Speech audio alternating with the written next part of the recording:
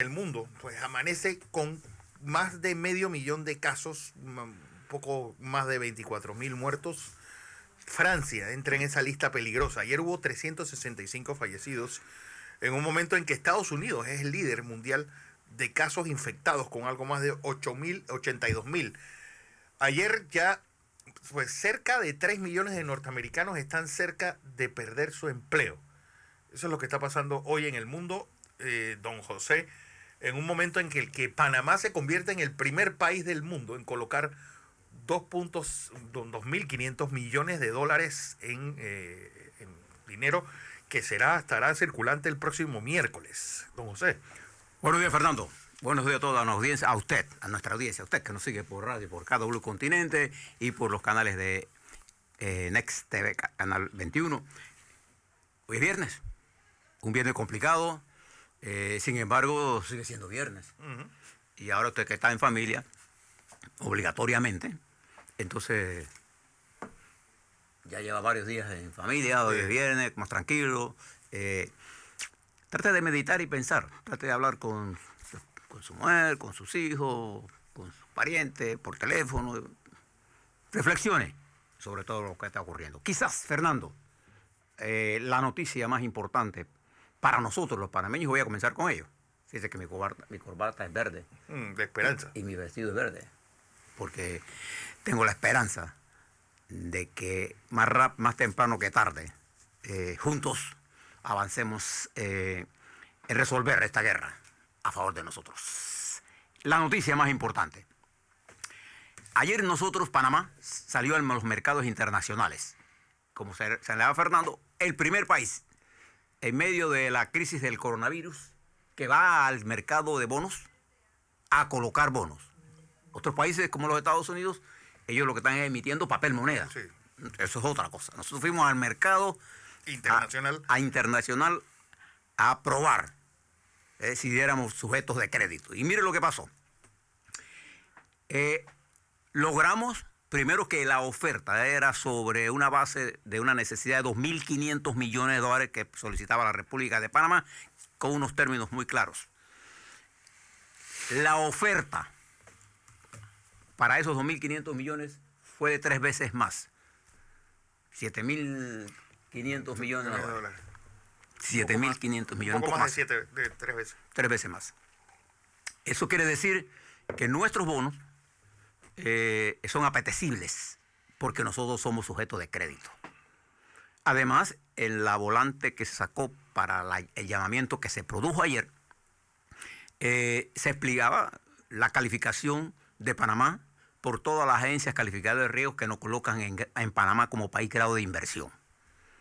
Entonces, esta buena noticia significa que la próxima semana estará disponible en la República de Panamá 2.500 millones de dólares, que no es para pagar deuda, es para enfrentar la crisis del coronavirus en todas sus manifestaciones. Acuérdate que esta crisis, Fernando, estimados televidentes, radioescuchas, un componente importante de este dinero va a ser utilizado en los pagos que el gobierno tiene que hacer en el bono solidario y en la entrega de alimentos a la gente que lo necesite. Por eso es que esta es una noticia importante. Además, esto permite, y lo que ha planteado el gobierno, el equipo económico del gobierno, la reformulación del presupuesto en general. Esto es una reestructuración global que, además de esto, de esta exitosa colocación en el mercado a una tasa de 4.875 fija. Que también sigue siendo bastante baja. Baja. Porque además acuérdense que los mercados de bonos se han vuelto a su valor real. Porque los Estados Unidos han metido dinero en los bonos del Estado de Estados Unidos y han subido. No solamente eso, José, sino que un bono ahora mismo, es decir, como está la crisis, uno no sabe qué Estado va a quedar en pie. Además, este es un plazo de 35 años para repago. Sí, que también es un plazo altísimo. Los bancos que llevaron esta transacción, JP Morgan, HSBC y Credit Suisse. Esta transacción se hizo bajo las normas del Estado de Nueva York. La liderizó el ministro de Economía, Héctor Alexander.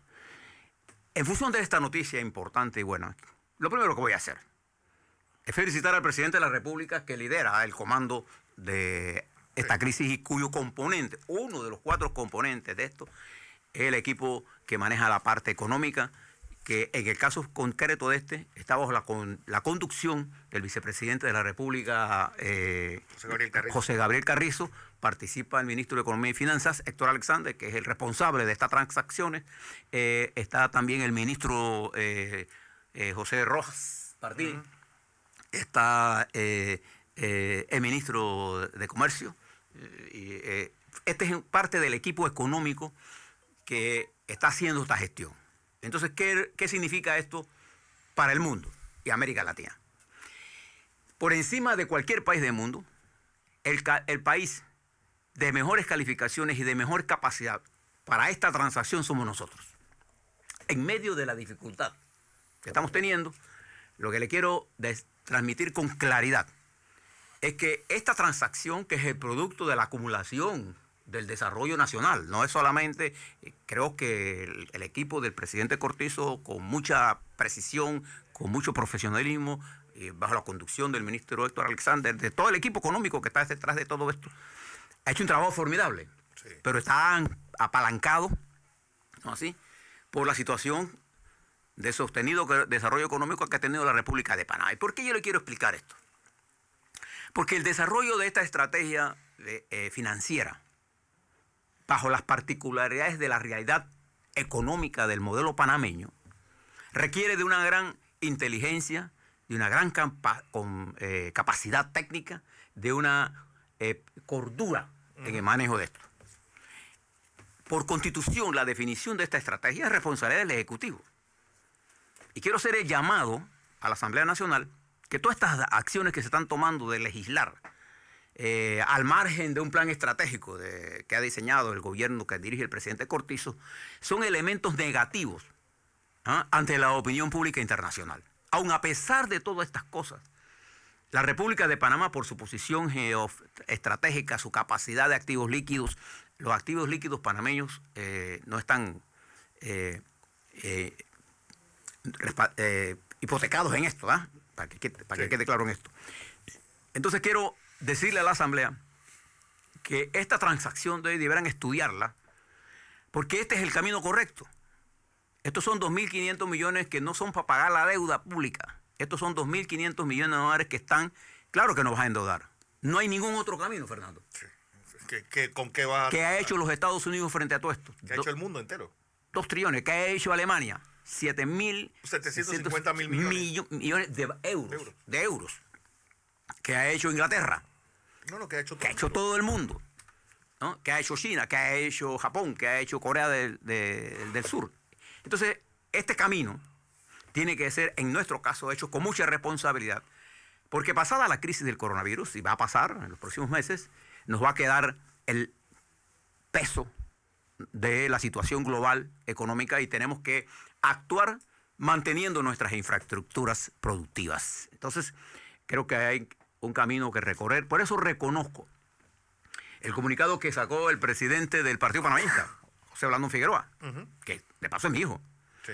Porque en ese comunicado respalda este colectivo político bajo su dirección la ley que permite el uso del Fondo de Ahorro Nacional, pero reponiéndolo, porque pone a disposición instrumentos financieros que le permiten al gobierno central, que no es el gobierno panameñista, es el gobierno PRD.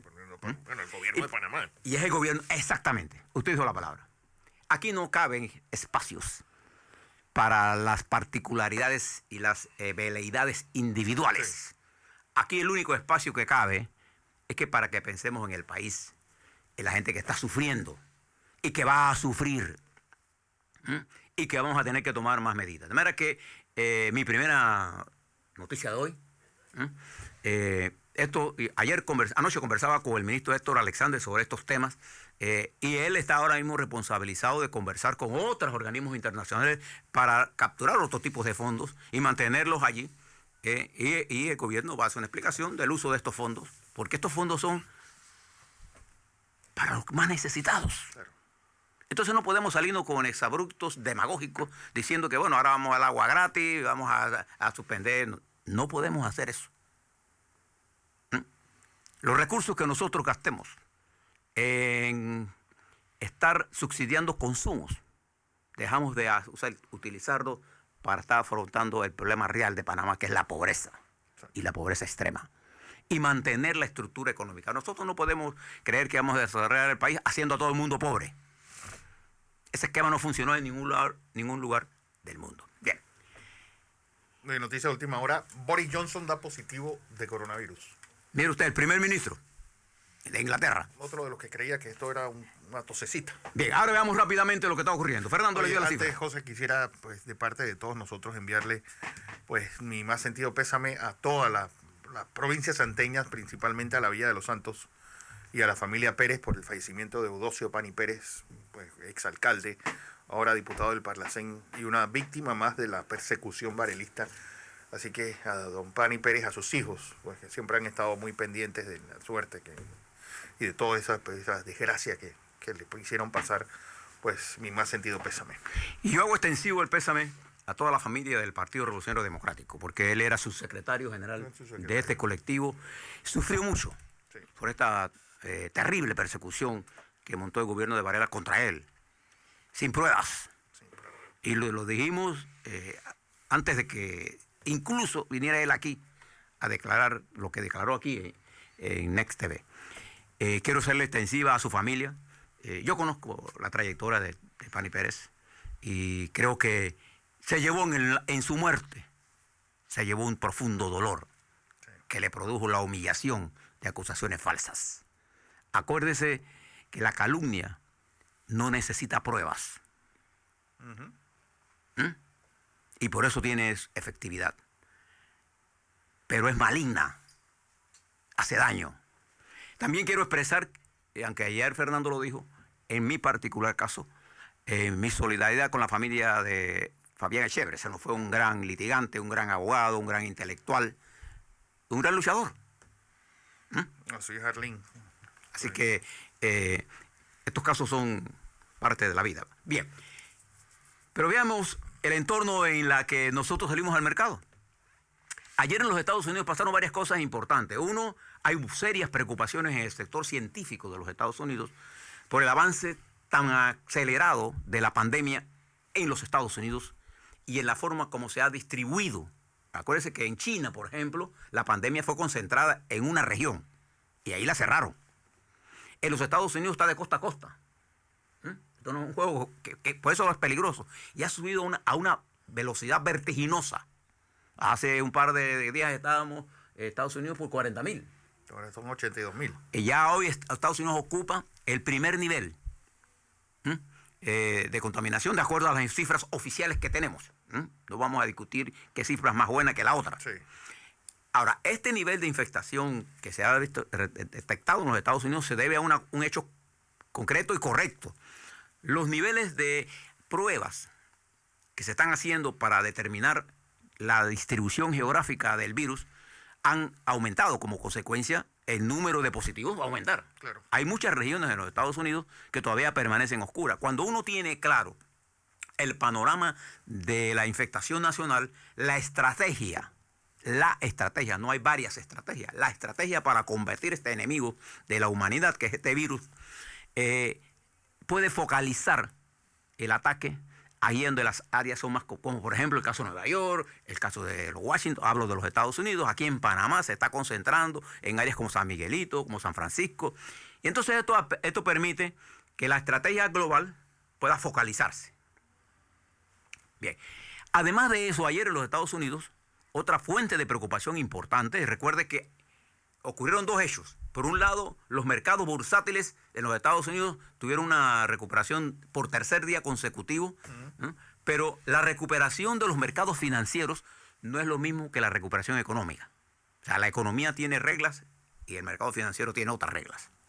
En el caso de la economía, ayer se hizo público que más de 3.200.000 norteamericanos, trabajadores norteamericanos, llenaron la solicitud de desempleo por compensaciones de desempleo. Y de acuerdo a la información oficial, las líneas estaban tan congestionadas que es probable que el nivel de solicitudes en realidad sea el doble de lo planteado. Es decir, se acerca a 6 millones, superando incluso los niveles que podría llegar Década del 30. en la década del 30 y superando cualquier época moderna donde las solicitudes, en el caso 2008, no llegaron a 500.000 como máximo. Vamos a decirlo así, Estados Unidos ahora mismo tiene 85.793 infectados. Y tienen 1.832 más de ayer a hoy. ¿Y tiene cuántos muertos? 1.294 muertos. 364 muertos más Es decir, que hace 24 que horas. tiene 1.51 su tasa de mortalidad y 2.18 su tasa de recuperación. Y eso es importante.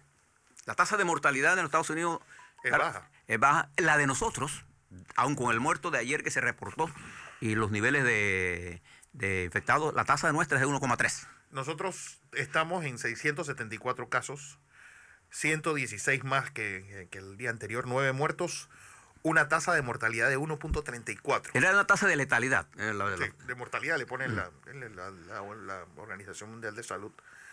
Y 1.34 como tasa de mortalidad. 1.3. Si, para no complicar la vida, si es menos de 0.5, ¿para qué le vamos a ponerlo donde es? 1.3. Esta tasa sigue siendo dentro de las... mantenerla más baja es el objetivo.